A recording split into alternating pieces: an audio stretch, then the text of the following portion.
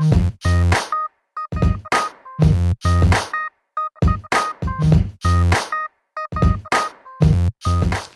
bonjour à tous, je m'appelle Jean-Philippe Foy, j'ai 30 ans, je suis interne en chirurgie maxillofaciale à Paris et je termine effectivement cette année mon doctorat de biologie cancérologie que je suis allé faire à Lyon.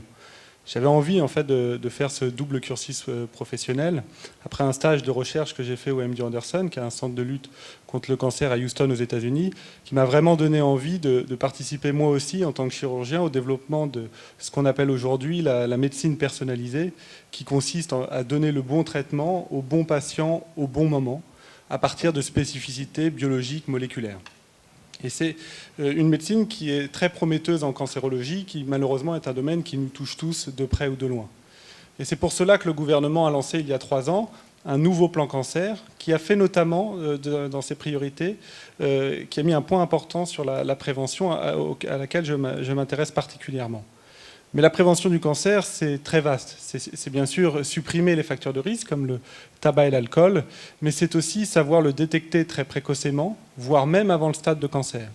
Et c'est dans ce contexte précis que j'ai orienté mes recherches pour essayer d'améliorer la prise en charge de nos patients qui souffrent d'un type spécifique de cancer, les cancers de la cavité buccale.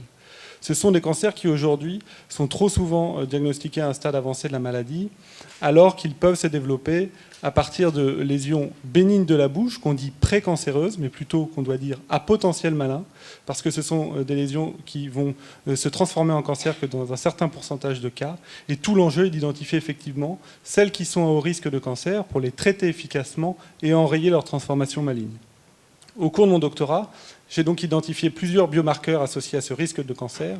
J'ai aussi établi une classification moléculaire de ces lésions qui pourrait permettre de personnaliser la prise en charge de nos patients suivant tel ou tel type moléculaire. La prochaine étape, c'est donc l'application de ces biomarqueurs et je vous remercie donc de m'accorder du temps pour pouvoir discuter de cette application clinique, des possibilités de développement sur le plan clinique. Je vous remercie.